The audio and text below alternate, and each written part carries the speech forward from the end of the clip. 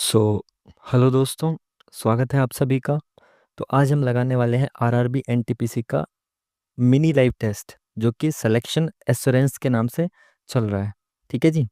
तो जैसे कि आप सभी लोग जानते हैं, और जो लोग नहीं जानते मैं उनको बता देता हूँ कि मैं यहाँ पे आपके सामने ही लाइव टेस्ट सॉल्व करूँगा। इसमें आप सीख क्या सकते हैं अप्रोच, एग्जाम ओरिएंटेड अप्रोच, कि आप किस तरीके से एग्जाम में विद इन टाइम क्वेश्चंस को सॉल्व करेंगे। ठीक है, कैसे आप यूनिट डिजिट से, कैसे आप ऑप्शन से आंसर तक पहुंचेंगे, और ऐसी बहुत सारी छोटी छोटी चीज़ें जो आपका एग्जाम में बहुत सारा समय बचा सकती हैं। ठीक है जी।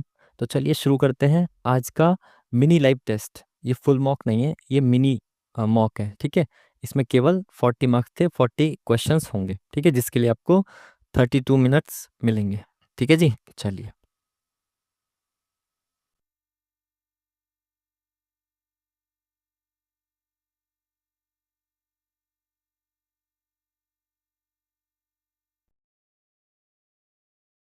चलिए, शुरू हो गया है।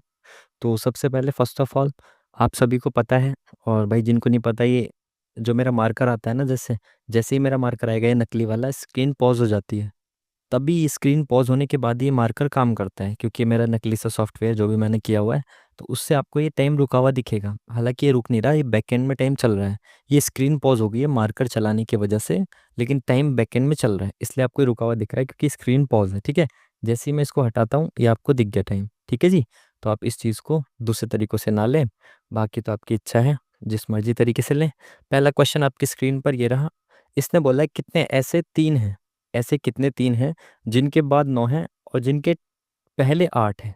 ठीक है, तो हमें सबसे पहले 3 देखना है, और जिनके बाद 9 हो पहले 8 हो। तो पहला ये है एक, इसके बाद में 9 है लेकिन पहले 8 नहीं है।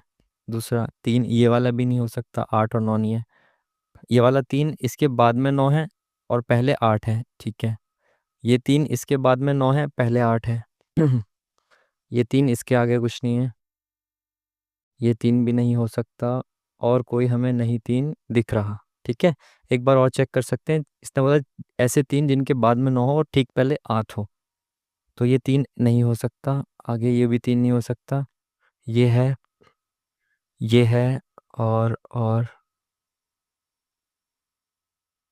ये भी नहीं हो सकता।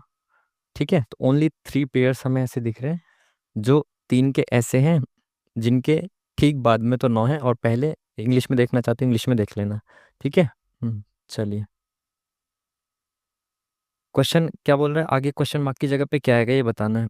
तो 3 4 8 17 34 इंटू 2 + 1 इंटू 2 - 1 हो रहा है क्या? 3 दूनी 6 -2 4 दूनी 8।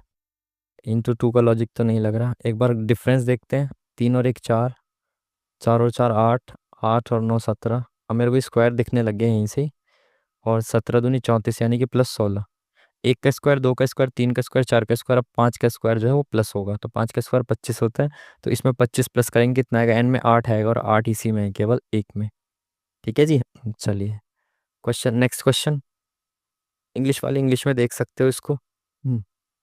अब हिंदी में कर लेते हैं। बोला क्या इसने, एक निश्चित धनराशि पर 5 वर्षों में 7% की प्रतिवर्ष दर से इतने रुपए का साधारण ब्याज प्राप्त होता है, मूलधन कितना है ये बताना है। ठीक है भाई, देखो साधारण ब्याज क्या होता है, एक साल में 7% मिल रहा है, तो 5 साल में कितना मिलेगा, 7 × 5, 5 साल में इतना मिलेगा, तो टोटल मिला के हमें 35% ब्याज मिलेगा।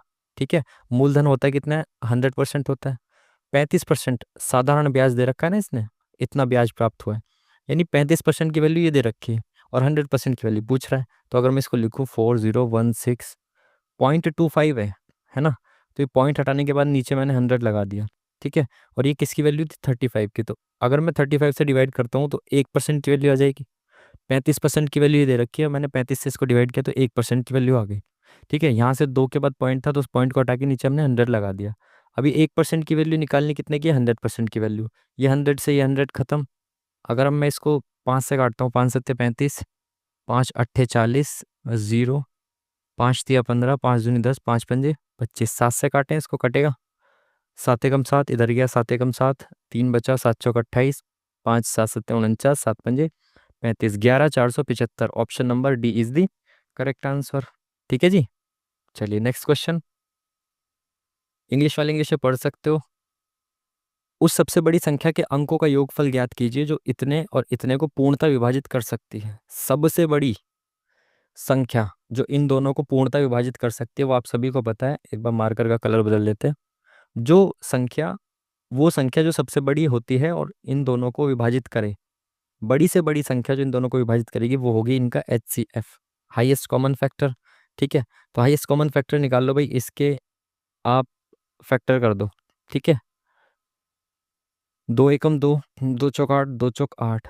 अभी 144 दिख गया मेरे को, ये 144 क्या है, 12 का स्क्वायर है। तो अब मैं 288 के फैक्टर डायरेक्ट लिख सकता हूँ, 2 गुना ये क्या है, 12 गुना 12 है ना, 12 गुना 12 ये। तो इसको मैं 3 गुना 4, 3 गुना 4 लिख सकता हूँ ना। तो 3 गुना 4 गुना 3 गुना 4 है ना, 12 को तोड़ के लिख दिया। मेरे को छोटे छोटे नंबर्स की पावर में चेंज करना है ना इसको। तो ये 2 की पावर 2, ये भी 2 की पावर 2, दोनों 2 की पावर 2, ये 2 की पावर 1, तो कितना हो गया, 2 की पावर 5 इंटू 3 की पावर 2। अब ये है 432। इसका करते हैं भाई फैक्टराइजेशन, 2 दूनी 4, 2 एकम 2, 2 छिक 12। तो 216 6 का क्यूब होता है ना। बिल्कुल। हम्म तो अब इसको अगर मैं 6 का क्यूब लिखता हूँ तो ये क्या हो जाएगा, 3 दूनी 6 इंटू 3 दूनी 6, ऐसे करके 3 बार लिख सकता हूँ मैं इसको, 3 दूनी 6। और ये 2 ऑलरेडी यहाँ पे है, तो इसमें 1 2 3 और एक 4, इसमें 2 की पावर 4 आ गई इंटू 3, कितने हैं इसमें, 1 2 3, 3 की पावर 3। ठीक है, तो हाईएस्ट कॉमन फैक्टर HCF कैसे निकालते हैं भाई, मिनिमम पावर जो दोनों में कॉमन हो। तो इसमें 2 की पावर 5 है और इसमें 2 की पावर 4 है, तो 2 की पावर 4 ले लेंगे हम रेड कलर से। तो 2 की पावर 4 ले लिया इंटू, इसमें 3 की पावर 3, इसमें 3 की पावर 2, तो 3 की पावर 2 ले लेंगे। तो 2 की पावर 4 कितना होता है, 4 चौक 16, और 3 की पावर 2 कितना होता है, 9। तो 16 निम्न 144 पूछा गया है इसके अंकों का योगफल। तो ये कितना हो गया, 4 4 8 और एक 9। Option number D is the correct answer. ठीक है जी, बाकी छोटी मोटी सिली मिस्टेक्स हो जाए करते करते तो उसको आप मुझे माफ़ कर देना, हो सकता है कि छोटी मोटी गलती हो जाए जिसकी वजह से आंसर गलत आ जाए। ठीक है, तो वो बाद में देख लेंगे। चलिए, ये क्या बोल रहा है, दो साझेदार एक व्यवसाय में क्रमशः इतने इतने रुपए का निवेश करते हैं और सहमत होते हैं कि लाभ का 25% उनके बीच समान रूप से विभाजित किया जाना चाहिए और शेष लाभ को पूंजी पर ब्याज के रूप में माना जाना चाहिए। यदि एक साझेदार को दूसरे से इतने रुपए अधिक प्राप्त होते हैं तो व्यवसाय में कुल लाभ ज्ञात कीजिए। क्या पूछा है इसने भाई, आठ, सॉरी ये ठीक आ गई। इतने और इतने रुपए इन्वेस्ट किए हैं और लाभ का 25% दोनों के बीच में समान रूप से विभाजित किया जाएगा। देखो, पहली चीज तो आपको ये पता होना चाहिए, जो भी लाभ बढ़ता है ना वो लाभ इन्वेस्टमेंट के रेशियो में बढ़ता है। लेकिन इसने कहा कि जो भी लाभ आएगा ना उसका 25% हम दोनों बराबर बराबर लेंगे। अगर मान लो 100 रुपए का लाभ हुआ, उसमें 25 रुपए जो आएंगे ना, 25 रुपए उनको हम बराबर बराबर लेंगे। उस रेशियो में नहीं लेंगे जिस रेशियो में इन्वेस्ट किया है। ठीक है, बराबर बराबर लेंगे हम, 12.5 12.5। ठीक है, और बाकी शेष लाभ को हम पूंजी पर ब्याज के रूप में माना जाना चाहिए। तो जो बाकी का शेष ब्याज जो होगा ना, यानी कि इसका 75%, इसको हम उसी रेशियो में लेंगे जो जिस रेशियो में हमने इन्वेस्ट किया है ना। और बोला है इसने, एक को दूसरे से 240 रुपये अधिक मिलते हैं तो व्यवसाय में कुल लाभ बताना है। ट्राई करें एक बार, इसको रेशियो में कन्वर्ट करें। तो 2 जीरो से ये 2 जीरो खत्म। अब इसको काटें तो कितना हो सकता है, 5 एकम 5, 3 इधर गया, 5 7 35, 5 6 30, 5 एकम 5, 2 इधर गया, 5 चौक 20, 5 पंजे 25। तो ये दोनों का रेशियो आ गया, और कट सकता है क्या, छोड़ो इसी में कर लेते हैं, इसी रेशियो में आगे कर लेते हैं। तो अब इसने ये बोला है कि जो प्रॉफिट होगा ना वो प्रॉफिट में से 25% तो बराबर बराबर मिलेगा, लेकिन बाकी यानी कि 75% जो होगा वो इन दोनों को इसी रेशियो में मिलेगा जिस रेशियो में इन्होंने इन्वेस्ट किया है। तो अगर मैं कहूँ कि 25% हट गया मेरा, 75% बचा, है ना। तो 75% तो इनको डिवाइड होगा इनके इन्वेस्टमेंट के रेशियो के हिसाब से। तो इस रेशियो में इन्होंने इन्वेस्ट किया तो मैं मान लूँ कि इसी रेशियो में इनको प्रॉफिट मिलेगा। तो भाई ए को मिलेगा इतना और बी को मिलेगा इतना। तो ये दोनों कितने हो गए टोटल मिला के, 6 5 11, 4 11 और एक 12, 2 1 3, है ना। तो कुल मिला के 321 रुपये इनको प्रॉफिट मिलेगा, जो कि 75% के बराबर है। और मुझे चाहिए क्या, कुल लाभ बताना है। तो 75% 321 रेशियो के बराबर है। तो 1% की वैल्यू इतनी हो गई अपॉन में 75। मेरे को 100% प्रॉफिट निकालना है ये, तो ये इतने यूनिट आ जाएगा। तो अब मेरे को पहले एक यूनिट की वैल्यू निकालनी है कि ये जितने भी रेशियो है ना, इनमें से एक रेशियो की वैल्यू क्या है, ये कैसे निकालें भाई।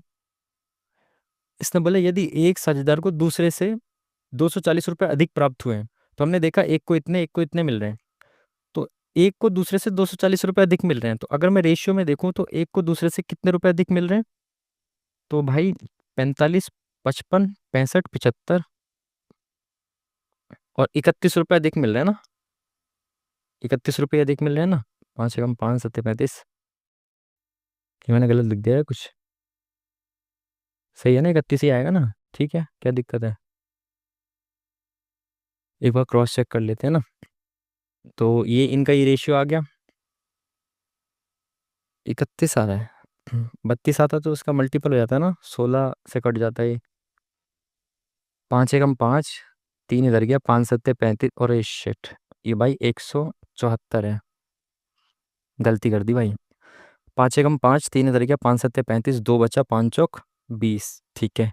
5 एकम 5, 2 इधर गया, 5 चौक 20, 5 पंजे 25। अब ठीक है। अभी तो सवाल ही गलत हो रहा था, मुझे भी तो कहूँ ये कटना चाहिए था ना, आई थिंक। तो अब ये कितना बच रहा है।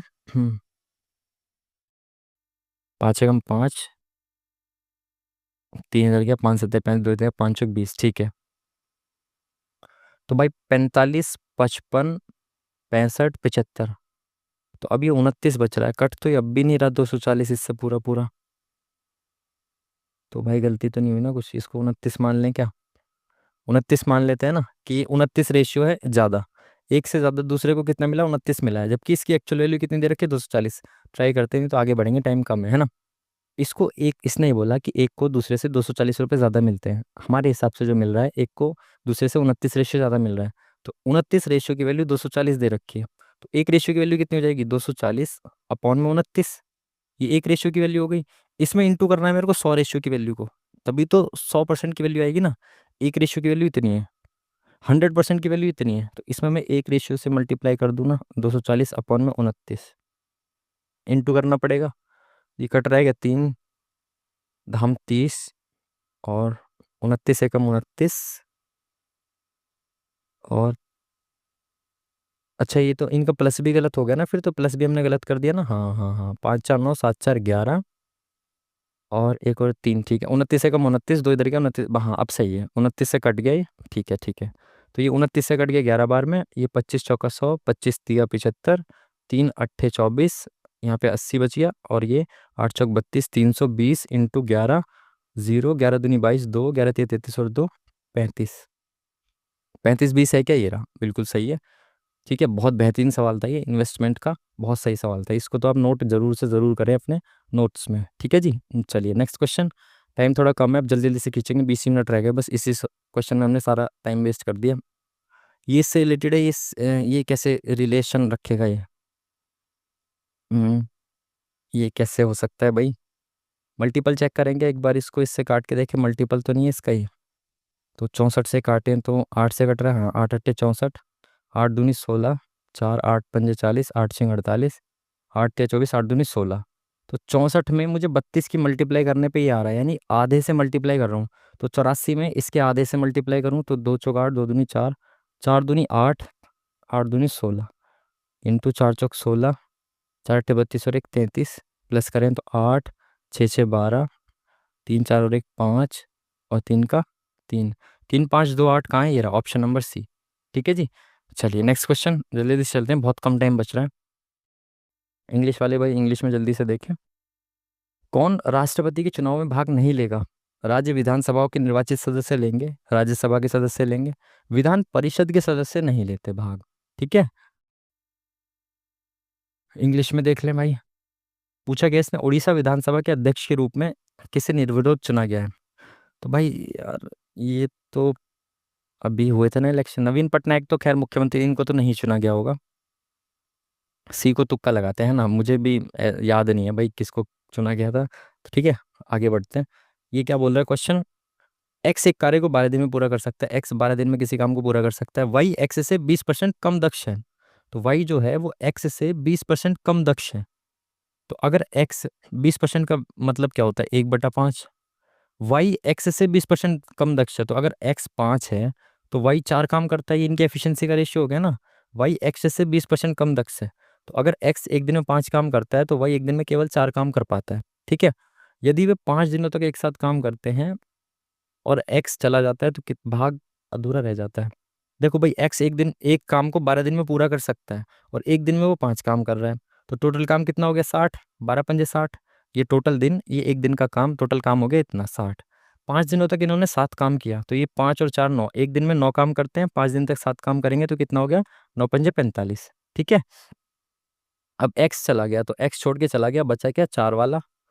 तो बचा, अब काम कितना बचा है ये पूछा है ना इसने, एक्स छोड़ के चला गया तो कार्य का कितना भाग अधूरा रह गया? 45 काम कर गए, 15 काम बचा 60 में से, यानी कि 1/4 बचा। तो option number B is the correct answer. Next question की तरफ चलते हैं जल्दी से। सभी नदी धाराएं हैं, तो सभी नदी धाराएं हैं, कुछ धाराएं झील हैं, तो कुछ धाराएं झील है, कुछ झील महासागर है, बिल्कुल ठीक है। निष्कर्ष, कुछ झीलें नदियां हैं, कुछ झील नदियां हैं। झील और नदी का कोई कनेक्शन डायरेक्ट दे रखा है क्या? नहीं, मतलब ये गलत हो गया। कुछ महासागर धाराएं हैं, महासागर और धारा का डायरेक्ट कोई कनेक्शन दे रखा है? नहीं, गलत। सभी धाराएं नदियां हैं, धारा और नदी का कनेक्शन तो दे रखा है, लेकिन सभी धारा नदी नहीं है, सभी नदी धाराएं हैं, तो ये भी गलत हो गया। तो मेरे हिसाब से कोई भी सही इसमें से नहीं है, तो ऑप्शन नंबर डी को मार्क करेंगे। आगे बढ़ेंगे जल्दी से। पालक्काड दर्रा किस राज्य को जोड़ता है? पालक्काड दर्रा, पालक्काड दर्रा आई थिंक साउथ में होना चाहिए ना, तो ऐसे नाम शायद साउथ में ही होते हैं, तो मैं इसको लगा देता हूँ, बाकी मुझे इसकी जानकारी नहीं है। ठीक है, किस राज्य का जनसंख्या घनत्व सबसे कम है? अरुणाचल प्रदेश का, तो सबको ही पता है आपको। लो भाई, हिंदी में देख, इंग्लिश में देख के जल्दी से आगे बढ़ते हैं।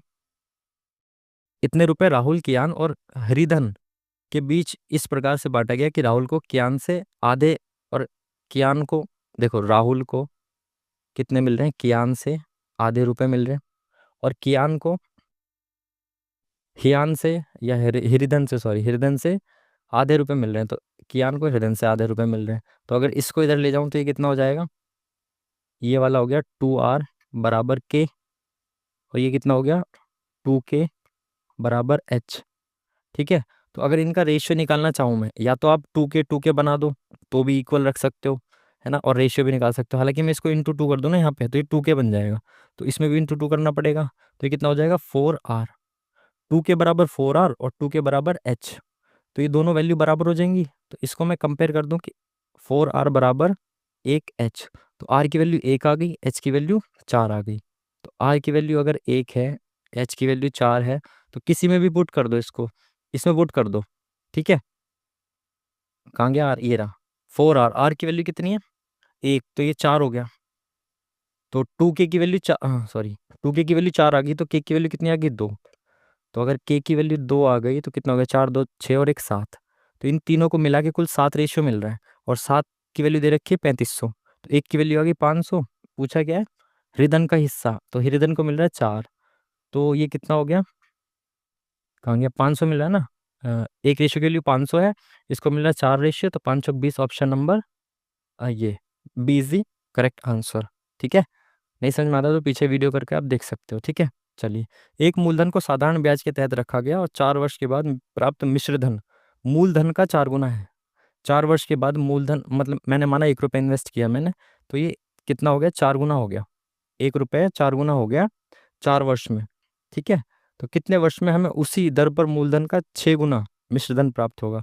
तो 1 से 6 कब होगा ये पूछ रहा है वो। तो भाई कुल मिला के यहाँ पे 3 रुपये का ब्याज मिल रहा है, कितने में? 4 साल में, 4 ईयर में। तो मुझे 1 रुपये का ब्याज मिल रहा है भाई 4/3 साल में, और मुझे यहाँ पे ब्याज कितना चाहिए? 5 रुपये का। तो अगर मैं इसमें इंटू 5 कर देता हूँ तो कितना हो गया? 5 चौक 20/3। Option number 3 is the correct answer. समय को देखते हुए मैं ज़्यादा समझा नहीं रहा हूँ, बाकी तो आप समझदार हो ही, इतना तो आपको समझ में आ ही रहा होगा, सारे एडवांस बालक हो आप। 20 लीटर मिश्रण के दूध और पानी का अनुपात, 20 लीटर के एक मिश्रण में दूध और पानी का अनुपात, यानी कि मिल्क और वाटर का रेशियो क्या है? 3:1 है। ठीक है, मिश्रण में मिलाई जाने वाली दूध की मात्रा कितनी होनी चाहिए ताकि दूध और पानी का रेशियो इतना हो जाए? तो दूध मिलाना है केवल, है ना, ताकि दूध और पानी की जो मात्रा है कितनी हो जाए? 4:1। दूध मिलाना है केवल, दूध की मात्रा मिलानी है तो मिल्क में ही चेंज आना चाहिए, वाटर में चेंज नहीं आना चाहिए। बिल्कुल चेंज नहीं आ रहा। और मिल्क कितना मिलाया जा रहा है? 1 यूनिट। 1 यूनिट की वैल्यू कितनी होगी? देखो यहाँ 3 और 1 4, टोटल मिश्रण कितना था? 20 लीटर। तो यहाँ पे है 4 यूनिट, तो 4 यूनिट की वैल्यू 20 लीटर है, तो 1 यूनिट की वैल्यू 5 लीटर है। तो यहाँ पे एक ही यूनिट मिला रहे हैं, तो यानी 5 लीटर दूध मिलाना पड़ेगा। तो option number C is the correct answer. चलिए, दो संख्याओं का न्यूनतम उभयनिष्ठ समापवर्तक, यानी कि एलसीएम की बात कर रहा है ना ये, लीस्ट कॉमन मल्टीपल। हाँ। हम्म, दो संख्याओं का न्यूनतम उभयनिष्ठ समापवर्तक यानी कि एलसीएम जो है वो कितना है? 180 है। ठीक है। तो भाई संख्याओं का अनुपात इतना है, तो छोटी संख्या बतानी है। तो आपको पता है एलसीएम इंटू एचसीएफ क्या होता है? अगर मैं कहूँ कि LCM into HCF, LCM into HCF होता है दोनों संख्याओं का मल्टीप्लिकेशन के बराबर। तो छोटी संख्या पूछ रहा है, एलसीएम इतना दे रखा है, एचसीएफ दोनों में जो कॉमन होगा, तो अगर मैं मान लूँ इसकी वैल्यू 4x और इसकी वैल्यू 5x, ठीक है, तो इसमें एचसीएफ क्या हो गया? x हो गया। तो ये हो गया 180 इंटू एक्स, और एक संख्या है 4x और दूसरी संख्या है 5x। ठीक है, बिल्कुल ठीक है। तो ये एक एक्स से तो एक एक्स खत्म हो गया। ठीक है, 5 और 20x हो गया, तो 20 यहाँ पे आ गया।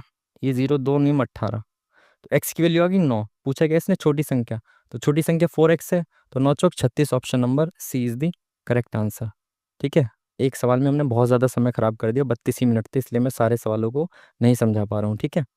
मंदिर नरसिंह वर्मन द्वितीय के शासनकाल के दौरान बनाया गया और तमिलनाडु के कोरोमंडल तट पर इस मामल्लपुरम में कई हिंदू स्मारकों में से एक है। कौन सा मंदिर है? नरसिंह वर्मन द्वितीय।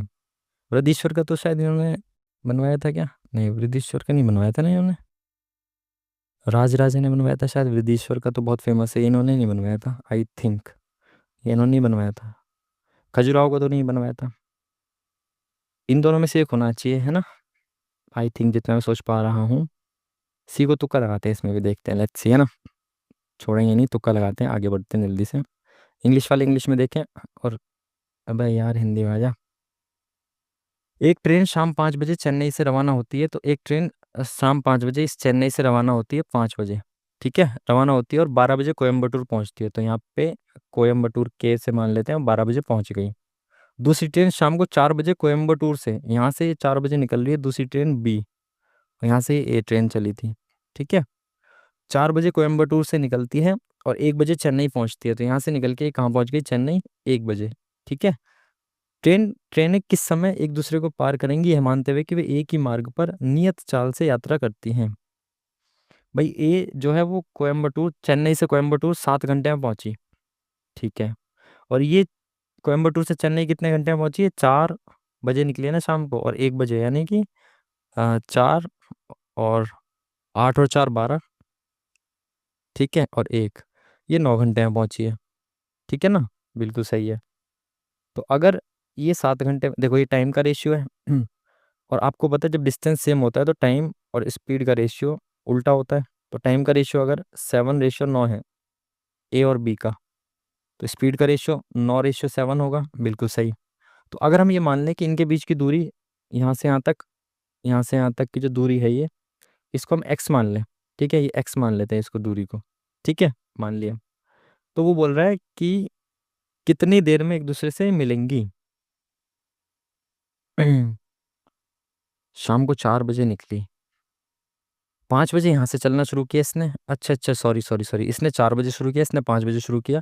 तो अगर मैं इसको एक आगे ले आऊँ यहाँ पे, 1 घंटे आगे ले आऊँ, तो 1 घंटे में ये 11 बजे तक यहाँ पहुँच गई मान लो। तो 1 घंटे में यहाँ से यहाँ तक जाने मिलेगा, तो यहाँ से मैंने इसको आगे बढ़ाया, 4 से 5 पे ले आया मैं। ठीक है यार, इसमें समझ आ रहा है टाइम कितना बच रहा है यार? 8 मिनट बच रहा है। 1 मिनट, इसको ना थोड़ा लेंदी सवाल है, आगे देखते हैं ना, पहले इनको करते हैं क्वेश्चंस को, छूट ना जाए, टाइम का इशू हो जाता है ना। हड़प्पा नगर कच्छ के रन खादिर बेत पर स्थित 3 भागों में विभाजित किया गया। 3 भागों में धोलावीरा, और ये खादिर बेत इतनी बार आ चुका है पीवाईक्यू में, क्या बताऊँ, बार बार मुझे दिखता है क्वेश्चन। परमाणु नाभिक निम्नलिखित में से किस युग्म से बना होता है? ये होता है भाई आपका प्रोटॉन न्यूट्रॉन का नाभिक। ठीक है, इसको देखें क्या बोल रहे हैं। जे के का औसत, जे और के का कुल औसत क्रय मूल्य, तो क्रय मूल्य है ये, और जे और के का क्या है? औसत। 9 7 16, 1600 का आधा कितना होता है? 800। तो ये हो गया औसत इसका 800। एल और एम के कुल औसत विक्रय मूल्य, तो विक्रय मूल्य है ये वाला एल और एम का, तो 8 6 14, इनका हो गया 700। ये बोल रहे एल और एम के कुल औसत विक्रय मूल्य से कितने प्रतिशत अधिक है? ये क्या हो गया? जे और के का औसत विक्रय मूल्य, जे और के का हो गया 9 7 16, 1600 का आधा, ये मूल्य एल और एम के औसत विक्रय मूल्य से। अच्छा, इससे कितना अधिक है? ये तो इससे 100 अधिक है ये। तो 1/7 की वैल्यू क्या होती है? 14.28। Option number B is the correct answer. ये क्या बोल रहे? प्रधानाचार्य ने छात्रों को श्रम दिवस पर श्रमदान के लिए कहा।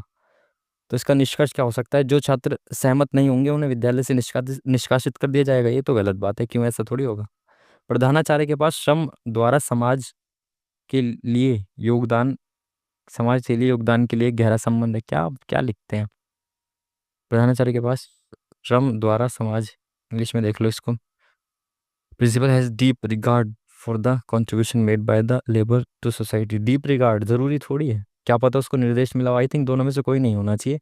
लेट्स सी आगे क्या होता है। सलमान रुश्दी द्वारा लिखित निम्नलिखित में कौन सी पुस्तक ब्रिटिश शासन स्वतंत्रता विभाजन तक यात्रा को दर्शाती है?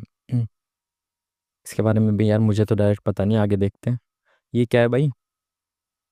1 2 3 4 5, अगर इसमें 5 है ना तो मेरे हिसाब से ना मोस्ट प्रोबेबली ना ये एक छोड़ के एक का लॉजिक होता है जब 5 दिए होते हैं, ठीक है। तो मैं तो इसी तरीके से एक बार देख लो, जैसे ये आर है, आर यहाँ से यहाँ गया, फिर ये यहाँ से यहाँ चला गया, और फिर ये यहाँ से इधर आ गया। देखो यहाँ से आर यहाँ आ गया, कोई लॉजिक बना क्या? मुझे तो नहीं दिख रहा। अगर मैं देखूँ 1 2 आगे 2 हो गया, फिर 1 2 1 2 3, और फिर 3 से 1 2 3 4 5, कोई लॉजिक नहीं दिख रहा। तो एक छोड़ के एक का ही लॉजिक होगा। अब इस बात को सबसे पहले चेक करना है, ठीक है। जब 5 होते हैं ना तो एक छोड़ के एक का ही लॉजिक होता है। तो इससे ये जिस तरीके से रिलेटेड होगा, ये वाला इससे उसी तरीके से रिलेटेड होगा, ठीक है। तो अब मैं किसी भी एक चीज़ को देख लिया, जैसे मैंने आर को देखा, तो आर यहाँ पे ऊपर हो गया और ये 6 कहाँ चला गया? नीचे। तो अब इसमें जो नीचे वाला है ना ये टी ऊपर चला जाएगा और ये आर सेकंड नंबर पे आ जाएगा। तो टी ऊपर, आर सेकंड नंबर पे इसमें दिख रहा है।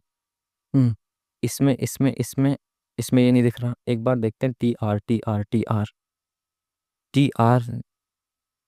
आर टी आर टी एक ही में दिख रहा है मेरे को। टी आर खत्म काम, टाइम ही नहीं खराब कर रहा मैं। चलिए अब जल्दी जल्दी से जो देखते हैं भाई क्या है। लाल पीले हरे नीले ये सब हैं, अलग अलग 7 अलग अलग बॉक्स हैं, एक के ऊपर एक रखा गया। इसी क्रम में आवश्यक नहीं है। पीले बॉक्स और नीले बॉक्स के बीच में केवल 4 बॉक्स हैं। अब ये नहीं पता पीला ऊपर है या नीला नीचे, आगे देखते हैं। लाल बॉक्स नीले बॉक्स के ठीक नीचे है। तो जो लाल वाला है ना, लाल ऐसे लिख देते हैं, लाल बॉक्स नीले के नीचे, तो नीले के नीचे है, और बैंगनी की बॉक्स के ठीक ऊपर है, तो ये बैंगनी लिख देते हैं ऐसे, इसके ऊपर ठीक, ठीक है। हरे बॉक्स को सबसे निचले स्थान पे रखा गया, तो ये जो हरा है ना, HARA ऐसे लिख देते हैं, हरा जो है ना ये सबसे नीचे रखा गया है। अब क्या बोला था इसने? और एक लाइन थी ना ऊपर, पीले बॉक्स और नीले बॉक्स के नीचे पीले बॉक्स और नीले बॉक्स के बीच केवल 4 बॉक्स हैं, तो ये नीला है।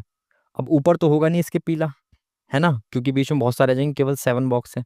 तो इनके यहाँ पे होगा, नीचे की साइड होगा, यहाँ पे कहीं आएगा। 1 2 3 4 2 बॉक्स होंगे, और यहाँ पे आएगा कौन सा? अपना पीला, है ना। तभी तो इनके बीच में 4 बॉक्स आएंगे। ठीक है, अब 7 हो गए क्या? 1 2 3 4 5 6 7, बिल्कुल 7 हो गए। पूछा गया इसने सबसे ऊपर वाले बॉक्स का रंग क्या है, तो सबसे ऊपर नीला है भाई, ऑप्शन नंबर डी, ठीक है। चलिए नेक्स्ट क्वेश्चन, इंग्लिश में देखते हैं इसको। Net national product at market price minus indirect taxes minus subsidies, तो ये मार्केट प्राइस से फैक्टर कॉस्ट हो गया। तो ये नेशनल इनकम का ही तो फॉर्मूला लिखा है, और क्या लिखा है? चलिए इसमें क्या है भाई, किन दो संख्याओं को आपस में बदला जाना चाहिए? 5 और 3 को बदलेंगे तो डिवाइड पे कोई फर्क पड़ेगा नहीं। 14 7 98, तो 5 और 3, तो 7 या 21, 3 नहीं, 3 की जगह 5 आ जाएगा ना यहाँ पे, तो 7 5 35 माइनस 14 7 98 7, और प्लस 5 की जगह 3 आ गया, बराबर 31 हो सकता है क्या? ये क्या हो गया? 28 29 30 31, बिल्कुल सही है। ये पहला वाला ही ठीक कर गया। ये भी हमारा साथ दे रहा है कि हमारे पास टाइम नहीं है, तो जल्दी जल्दी से आसान सवाल दे दिए। तापी नदी नर्मदा नदी के बाद भारत के पश्चिम की ओर बहने वाली डैश सबसे बड़ी नदी है। तापी नदी शायद दूसरी सबसे बड़ी नदी है, और कौन सी आती है पश्चिम की तरफ? बहुत सारी छोटी छोटी नदियां हैं ना बाकी तो। कौन यूनेस्को की विश्व धरोहर धरोहर स्थल है? कौन इनमें से? दार्जिलिंग, हिमालयन रेलवे, कालका शिमला, नीलगिरी वाला तो है। दार्जिलिंग भी हो, शायद सारी हो, क्योंकि ये सारी ठीक ठीक से लग रहे हैं, तो तुक्का मार रहा हूँ, ठीक है, मुझे पता नहीं। कोल विद्रोह किसके नेतृत्व में हुआ था? कोल विद्रोह का यार पढ़ा तो था मैंने, बट ऐसा सच याद नहीं है, इसको बाद में देखते हैं ना भाई। संगीतकारों में से कौन संगीत वाद्य यंत्र सितार पर अपनी महारत के लिए, सितार, सितार कौन बजाते हैं? सितार विलायत खान है, सितार से रिलेटेड। 5 डिब्बे हैं भाई, ऊर्ध्वाधर व्यवस्था में रखा गया है। डिब्बे सी के नीचे केवल एक डिब्बा है, तो सी के नीचे केवल एक डिब्बा है। डिब्बे बी, डी और सी के बीच में 2 डिब्बे हैं, तो डी और सी के बीच में, अब डी नीचे या ऊपर है ये पता नहीं। 5 डिब्बे हैं लेकिन, तो डिब्बा ई ऊपर से दूसरे स्थान पर है, तो ई जो है वो ऊपर से फर्स्ट और सेकंड नंबर पे ई है, ठीक है। डिब्बा ए के ऊपर केवल 2 डिब्बे हैं, तो ए के ऊपर केवल 2 डिब्बे हैं भाई, ठीक है। तो सबसे निचले स्थान पर कौन रखा है? अभी हमने एक चीज और देखी थी ना, डिब्बे डी और सी के बीच में 2 हैं, तो डी और सी के बीच में, तो डी यहाँ पे होगा ना, तभी तो डी और सी के बीच में 2 आ पाएंगे, ठीक है। बोला क्या इसने? सबसे नीचे कौन सा रखा है? तो जो नहीं रखा गया वही सबसे नीचे है, तो रखा कौन सा नहीं गया? ए बी सी, बी नहीं रखा गया, तो option number B is the correct answer. Next question. Hydrocarbon जिनमें 2 कार्बन परमाणु के बीच द्विबंध होता है कहलाते हैं। द्विबंध होता है जिनमें, वो कहलाते हैं आपके, इंग्लिश में देख लें इसको, अनसैचुरेटेड कंपाउंड्स, ठीक है। चलिए 10, यार टाइम नहीं बच रहा, इसको देखें आगे वाली कोशिका, आगे वाले क्वेश्चंस। ऐसे जीव जिनकी कोशिकाओं में केंद्रक झिल्ली नहीं होती, वो होते हैं भाई अपने प्रोकैरियोट, ठीक है। अरे यार, देखें और कौन से आसान सवाल हैं और। ये क्या है भाई? 53 से 49, तो -4। यहाँ पे क्या है? 6, -6। और यहाँ पे क्या है? -8, तो आगे -10 होगा, तो -10 करेंगे तो 125, option number B is the correct answer. Next question. आगे और भी कुछ है क्या? 40। भारतीय संविधान में गणतंत्र शब्द का अर्थ बताता है। गणतंत्र अर्थ मतलब जो निर्वाचित मुखिया होगा वही होता है गणतंत्र। हम्म अरे भाई, कौन कौन से छूट गया? आज तो हमने काफी सारे क्वेश्चंस देखे। इसको क्या बोल रहा है? एक पुरुष एक काम को 16 दिन में कर सकता है। पुरुष एक काम को 16 दिन में कर सकता है, एक महिला उसी काम को 24 दिन में कर सकती है, ठीक है।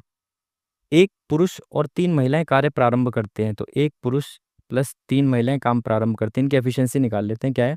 तो 24 दूनी 48, तो 24 दूनी 48, 16 × 3 = 48, इनकी एफिशिएंसी आ गई, ठीक है। तो एक पुरुष कितना काम कर रहा है? 3 काम, प्लस 3 महिलाएं 6 काम कर रही है, तो कुल मिला के 9 काम कर रहे हैं, ठीक है। 4 दिन बाद, तो 4 दिन तक ये काम कर रहे हैं, तो 9 × 36 काम हो चुका है, बिल्कुल हो चुका है। पुरुष काम छोड़ के चले गए, तो ये वाला 3 वाला काम छोड़ के जा चुका है। 3 महिलाएं काम पूरा कर जारी रखती हैं, तो शेष काम को कितने दिनों में पूरा किया जा सकता है? तो 48 काम था, 36 काम हो चुका है, तो 8 और 4 12, 12 काम बचा, और महिलाएं काम कर रही थी, एक दिन में 6 काम कर रही थी, 12 काम 2 दिन में कर देंगे, option number C is the correct answer. तो आज भाई हम इसमें अटेम्प्ट ही नहीं कर पाए टाइम की वजह से। कौन सा क्वेश्चन रह गया? एक ये और एक ये दोनों ब्लड रिलेशन के हैं, तो इसमें क्या ही आप वो कर सकते हो। ये क्या हो गया भाई? ये शायद वाईफाई के तार हिल गए, वो तार हिल गए कह रहा हूँ, नेटवर्क का इशू हो गया, तो इस वजह से सबमिट नहीं हुआ, बट हम ईमानदारी दिखाते हुए सबमिट करेंगे, टाइम रहते हुए, टाइम के अंदर सबमिट करेंगे इसको। तो आज का हमारा मॉक टेस्ट भाई बहुत बेकार रहा, टाइम का इशू रहा, तो इस वजह से हम पूरा मॉक टेस्ट, कुछ क्वेश्चन हमें स्किप करने पड़ गए, और जितने भी हमने किए उनमें से एक क्वेश्चन हमारा गलत हो गया है, ठीक है। तो हमारे इसमें 2-3 क्वेश्चन छूट गए हैं, ठीक है। तो अभी मैं उनको सॉल्व कर लेता हूँ स्क्रीनशॉट में से, या फिर रहने देते हैं ना, सॉल्यूशन आएंगे जब आप देख ही लेना, क्योंकि ब्लड रिलेशन के क्वेश्चंस थे कुछ ज़्यादा, ऐसे एज सच बहुत बड़े क्वेश्चंस थे नहीं, तो वो आप कर ही लोगे।